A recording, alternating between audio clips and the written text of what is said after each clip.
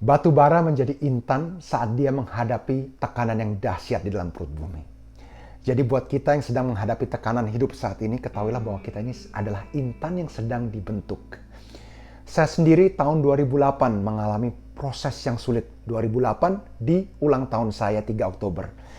Saya menghadapi kejutan, surprise dari kehidupan. Waktu itu istri saya masuk ke kamar dan dia bilang, aku kena kanker. Di saat itu sahabat, kami berdua hanya bisa terdiam dan kami berpelukan sambil meneteskan air mata.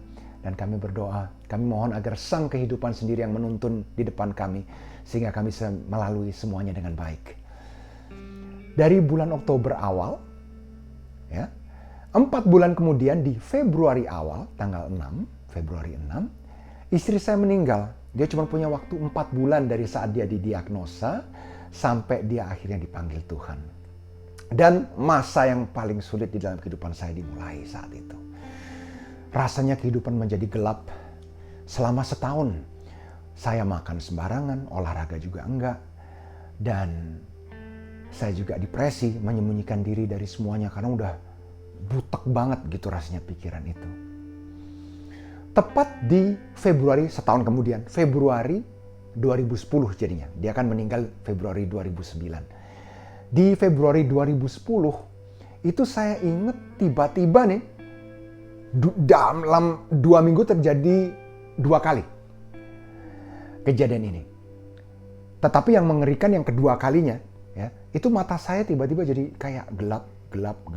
Saya kayak sesak napas, nggak bisa nafas. Saya pikir saya mau mati di situ. Ini jam 2 malam kejadiannya. Di tengah paniknya saya ini, saya mikir apakah saya ini serangan jantung gitu ya. Tetapi karena saya dulu di SMA 3 tahun latihan pertolongan pertama, saya tahu dada saya nggak sakit kok. Walaupun sesak napas, tapi waktu saya menghirup napas bisa nafas dengan baik. Jadi sesak nafasnya itu persepsi gitu.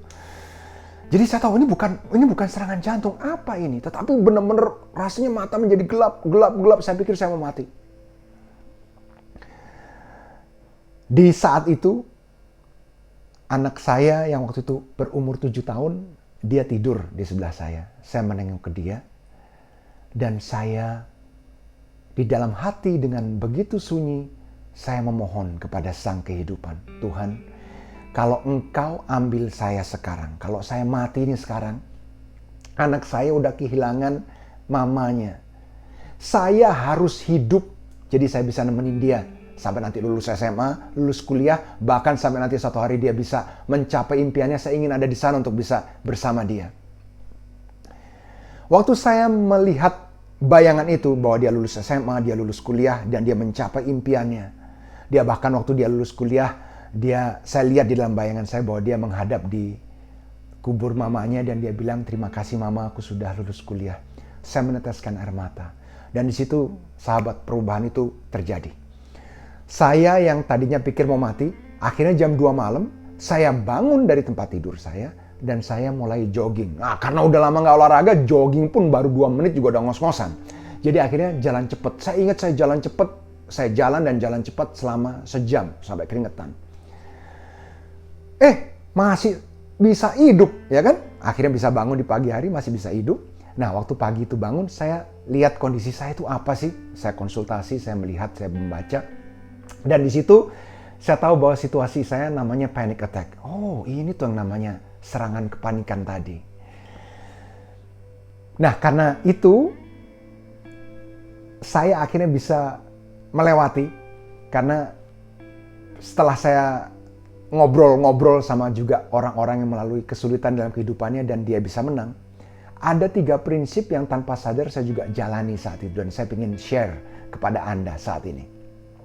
Prinsip yang pertama, saat kita mengalami situasi tekanan yang sulit, lihatlah situasi itu apa adanya.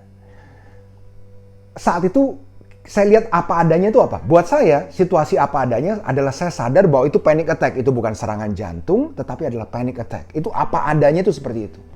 Lalu prinsip yang kedua, melihat situasi itu nggak lebih buruk dari apa adanya. Gitu ya.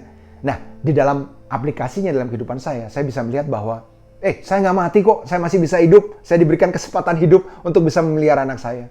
gitu ya.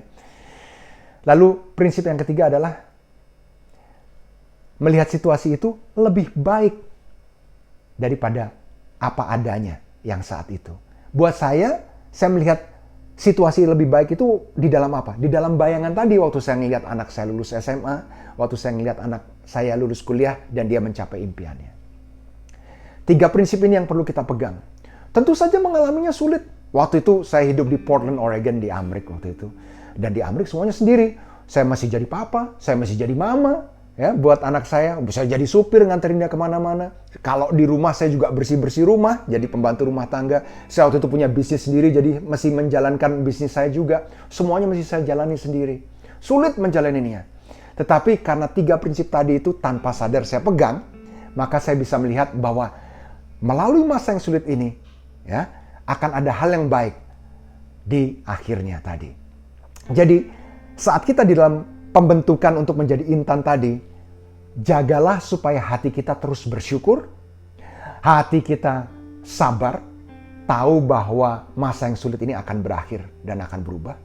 Lalu yang berikutnya adalah kita tahu bahwa kita percaya bahwa di akhir dari hal yang sulit ini akan ada hal yang indah yang akan terjadi. Dan tentu saja, apakah lalu kita diam menunggu hal yang indah itu terjadi? Tidak. Kita terus berjalan maju. Itulah 3 prinsip yang saya ingin bagikan.